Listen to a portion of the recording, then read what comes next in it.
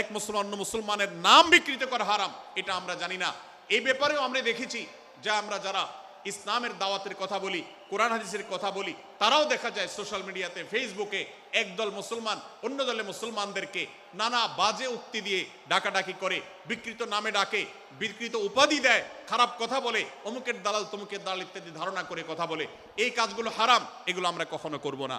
আমরা যেন কেউ কাউকে নিয়ে বিদ্রুপ না করি, ব্যঙ্গ না করি, কেউ কাউকে যেন বাজে নামে না ডাকি, কেউ যেন কাউকে খোঁচাখুচি না করি, কেউ যেন কাউর নাম বিকৃত করে তাকে না ডাকি। ভাইরা আমার, এই আয়াতটি আমি শুরুতে তেলাওয়াত করেছি। আল্লাহ বলেছেন, ইয়া আইয়ুহাল্লাযীনা আমানু লা ইয়াসখার কওমুম মিন কওমিন আসা আন ইয়াকুনু খায়রাম মিনহুম। হে ঈমানদারেরা, হে মুসলমানেরা, তোমাদের কেউ যেন অন্য কারোর নাম ধরে অন্য কাউকে ব্যঙ্গ বিদ্রুপ ঠাট্টা না করে। আমরা একে অন্যকে নিয়ে ঠাট্টা করি কি করি না? বিদ্রুপ করার রোগ আমাদের মধ্যে আছে না নাই?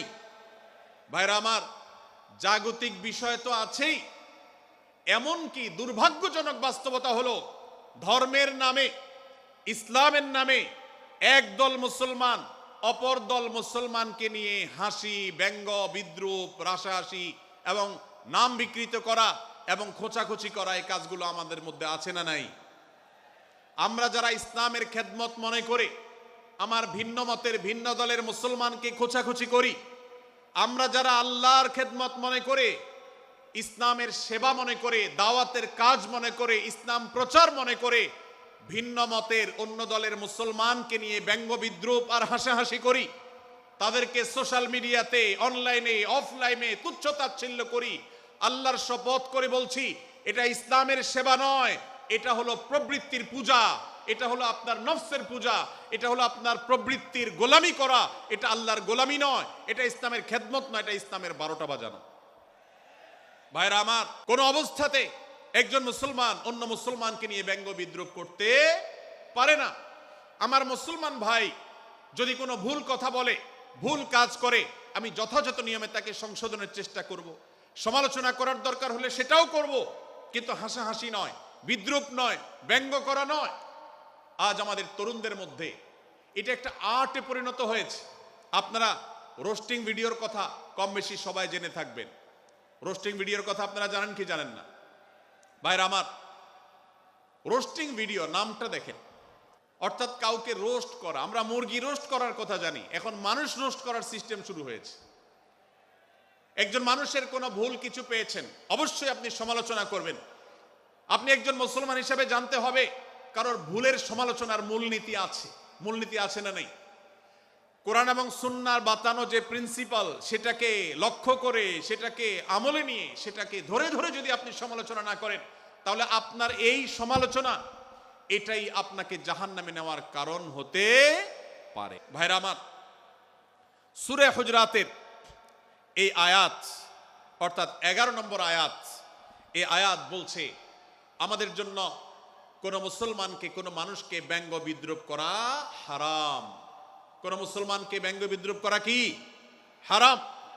অতএব আপনি রসিকতা করে যদি কারোর সাথে ব্যঙ্গ বিদ্রুপ করেন এবং সেটা যদি তার মনে কষ্ট হওয়ার কারণ হয়, তিনি যদি সমাজের মানুষের কাছে হেয় প্রতিপন্ন হন, তাহলে ইসলামী শরিয়ার দৃষ্টিকোণ থেকে সারা বিশ্বের সমস্ত ওলামাদের ঐক্যমতে সেটা হারাম। আমরা চুরি করা হারাম জানি, আমরা ডাকাতি করা হারাম জানি, আমরা মাদক সেবন করা হারাম জানি, আমরা নামাজ ত্যাগ করা হারাম জানি।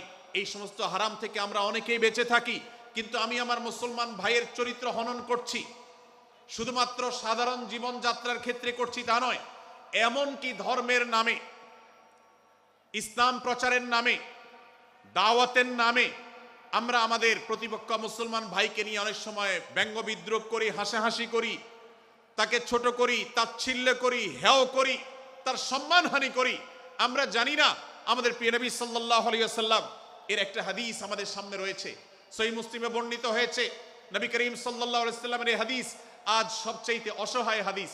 অসহায় হাদিস এই জন্য বললাম যে আজকের এই হাদিসের উপরে কেউ আমল করে না, এই হাদিসটাকে কেউ পাত্তা দেয় না, এই হাদিসকে কেউ গুরুত্ব দেয় না। অথচ এই হাদিস প্রত্যেক মুসলমানের বুকে বুকে ঝুলিয়ে রাখা দরকার। এই হাদিস আমাদের ঘরে ঘরে ঝুলানো দরকার। এই হাদিস আমাদের অফিসগুলোতে শোভা পাওয়া দরকার। এই হাদিস আমাদের জীবনে বাস্তবায়ন হওয়া দরকার। নবী করিম সাল্লাল্লাহু আলাইহি ওয়াসাল্লাম সেই হাদিস বর্ণনা করেছেন। আবু হুরায়রা রাদিয়াল্লাহু তাআলা আনহু তিনি বলেছেন, লা তাহাসাদু, লা তাহাসাদু, হে মুসলমানরা, তোমরা কেউ কাউকে কখনো হিংসা করবে না, কেউ কাউকে হিংসা করবে না। আমাদের মধ্যে হিংসা আছে না নাই? হিংসা আছে না নাই? আমরা একে অন্যকে হিংসা করি।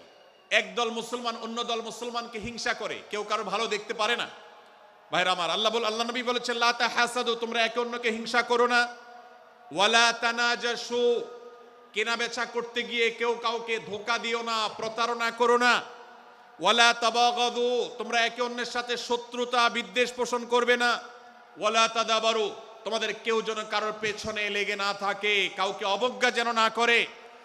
ওয়ালা ইয়াবি আহাদুকুম আলা বাই'i আখিহি, এবং তোমাদের কেউ যেন আরেকজনের কেনাবেচার উপরে সেখানে ইন্টারফেয়ার করে সে যেন সেখানে কোনো প্রকার ক্ষতিগ্রস্ত কাউকে না করে। ওয়াকুনু ইবাদাল্লাহি ইখওয়ানা, হে মুসলমানরা, তোমরা আল্লাহর বান্দা, ভাই ভাই হয়ে থাকো। তোমাদের মধ্যে মতপার্থক্য থাকুক, দলগত মতপার্থক্য, অবস্থানগত মতপার্থক্য, থটগত মতপার্থক্য, মাযহাব মাসলাবগত মতপার্থক্য থাকুক, কিন্তু তোমরা আল্লাহর বান্দা, ভাই ভাই হয়ে থাকো। এক দলের মুসলমানকে আল্লাহ তাআলা ভাই ভাই হতে বলেন নাই, এক গ্রুপের মুসলমানকে আল্লাহ ভাই ভাই হতে বলেন নাই, এক বলয়ের মুসলমানকে আল্লাহ ভাই ভাই হতে বলেন নাই, নিজ দলের মুসলমানের সাথে আল্লাহ ভাই ভাই থাকতে বলেন নাই। আল্লাহ বলেছেন সকল মুসলমানদের সাথে ভাই ভাই হয়ে থাকার জন্য, ভ্রাতৃত্বের বন্ধনে থাকার জন্য। এজন্য আল্লাহ নবী সাল্লাল্লাহু আলাইহি ওয়াসাল্লাম সে নির্দেশ করেছেন।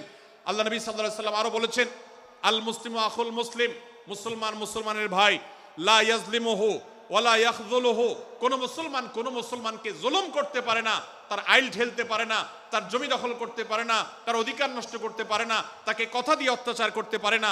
ওয়ালা ইয়াখযুলুহু, তাকে অপমানিত করতে পারে না, লাঞ্ছিত করতে পারে না। ওয়ালা ইয়াকযিবুহু, তার সাথে মিথ্যা বলতে পারে না। ওয়ালা ইয়াহকিরুহু, তাকে তাচ্ছিল্য করতে পারে না। আত্তাকওয়া হাহুনা, আত্তাকওয়া হাহুনা, আত্তাকওয়া হাহুনা। নবীজি তিনবার নিজের বুকের দিকে তাকিয়ে দেখিয়েছেন, তাকওয়া এখানে, তাকওয়া এখানে, তাকওয়া এখানে।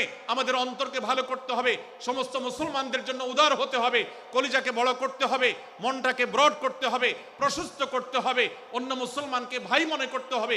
কোন ভিন্ন মতের মুসলমানের সাথে শত্রুতা পোষণ করা যাবে না।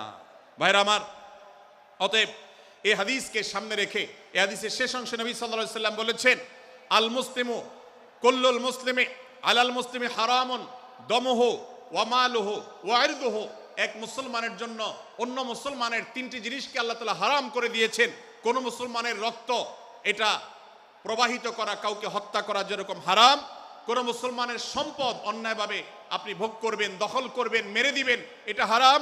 ঠিক একইভাবে কোন মুসলমানের সম্মান নষ্ট করবেন, ইজ্জত নষ্ট করবেন, সম্ভ্রম নষ্ট করবেন, অপমান করবেন, এটাকে আল্লাহ তাআলা হারাম করেছেন। আল্লাহ তাআলা আমাদের সবাইকে অন্য মুসলমানদের ব্যাপারে এরকম দায়িত্বশীল ভূমিকা রাখার তৌফিক দান করুন, বলুন আমিন। ভাইরা আমার, সূরা হুজরাতের 4 নম্বর আয়াতের এই শিক্ষাকে ধারণ করে আমরা কারোর প্রতি ব্যঙ্গাত্মক আচরণ করব না। অনেক মুসলমান আছেন অন্য মুসলমানদের নাম ধরে ধরে বিদ্রুপ ব্যঙ্গ করেন, নাম বিকৃত করেন। অনেক সময় আমরা রসিকতা করেও আমাদের অনেকের নাম বিকৃত করি। আল্লাহ সুবহানাহু ওয়া তাআলা এটাকে হারাম করেছেন। এমনকি নবী সাল্লাল্লাহু আলাইহি ওয়াসাল্লাম বলেছেন, লা তাকুল লিকাসিরিন ইয়া কাসিরু, কোন খাটো বা বেটে মানুষকে হে বেটে, হে খাটো এরকম বলে ডেকো না। নবী সাল্লাল্লাহু আলাইহি ওয়াসাল্লাম বলেছেন, এভাবে ডাকলে তিনি অপমানিত হন। আল্লাহ তাকে এভাবে সৃষ্টি করেছেন। আমরা অনেক সময় দেখা যায় একে অন্যকে খোঁচা মারতে গিয়ে তার গায়ের রং কালো হলে, তিনি দেখতে আকারে ছোট হলে তাকে আমরা ব্যঙ্গ করি, বিদ্রুপ করি, তাকে আমরা তাচ্ছিল্য করি, তাকে আমরা অপমান করি, তাকে আমরা অপদস্থ করি। ভাইরা আমার, এটা আমাদের জন্য হারাম। আমি আবারও বলছি, চুরি হারাম আমরা জানি, ডাকাতি হারাম আমরা জানি, আমরা অন্যান্য হারামের কথা জানি, কিন্তু এই যে এক মুসলমান অন্য মুসলমানের অধিকার নষ্ট করা হারাম, এটা আমরা জানি না। আস-সুন্নাহ ফাউন্ডেশন, উম্মার স্বার্থে সুন্নাহর সাথে।